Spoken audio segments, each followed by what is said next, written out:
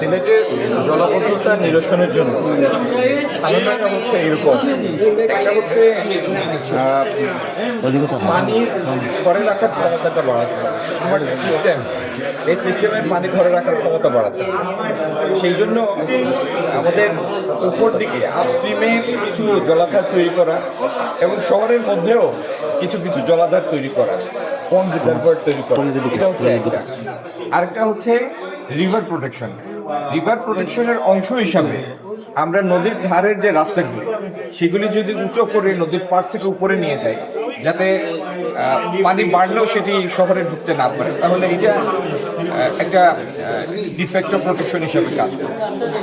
আর আমাদের যে প্রাকৃতিক খালগুলি অনেকগুলি এখন আর পুরোপুরি ফাংশনাল না, সেই পুরানো খালগুলি সুরমার সাথে যেগুলি সংযুক্ত সেগুলি আবার পুরোপুরি পুনরুদ্ধার করা, সচল করা, এই হচ্ছে জলাবদ্ধতা নির্মিত হয়েছে এই পরিকল্পনার অংশ।